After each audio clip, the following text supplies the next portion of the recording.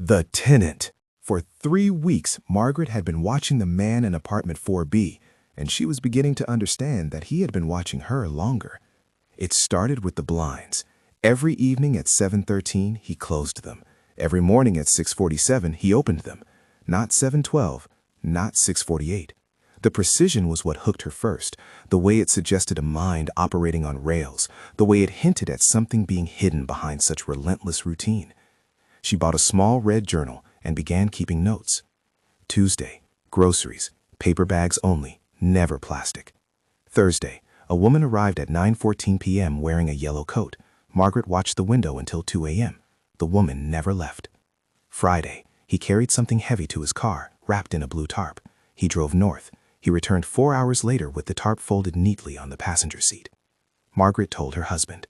David listened the way people listen when they've already decided you're unwell, nodding slowly, touching her wrist, suggesting tea. He'd been suggesting tea a lot lately. "You haven't slept properly in a month," he said. "You're seeing patterns that aren't there." But David worked late. David didn't see what she saw. David didn't understand that patterns exist precisely because someone arranged them. She started structuring her days around 4B. Coffee when his kitchen light came on, dinner when he drew the curtains. She stopped answering calls from her sister. She stopped going to yoga.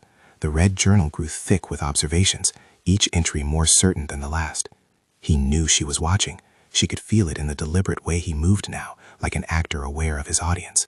On the 22nd day, he looked directly at her window. He smiled. Then slowly he reached below the frame and lifted something into view, a small red journal, identical to hers. He tapped it twice against the glass. Tap, tap.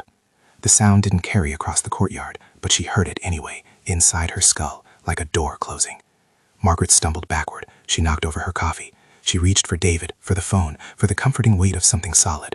And that's when she saw her own journal, open on the kitchen table. She hadn't left it there.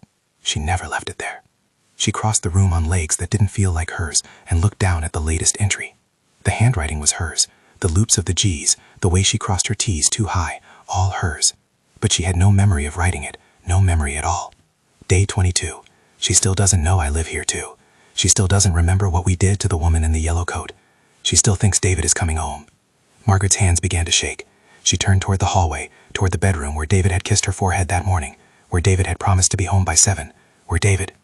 The apartment was silent, and apartments are not supposed to be silent. Across the courtyard, the man in 4B was still watching. He wasn't smiling anymore. His expression was something closer to pity or recognition, the way you might look at someone who has forgotten their own name in front of you. He mouthed 3 words, slowly, so she could read them. Check the bathtub. Margaret looked down at the journal again, at the handwriting that was hers and not hers, at the page beneath it, where a single line waited in the same careful script. You already did, yesterday.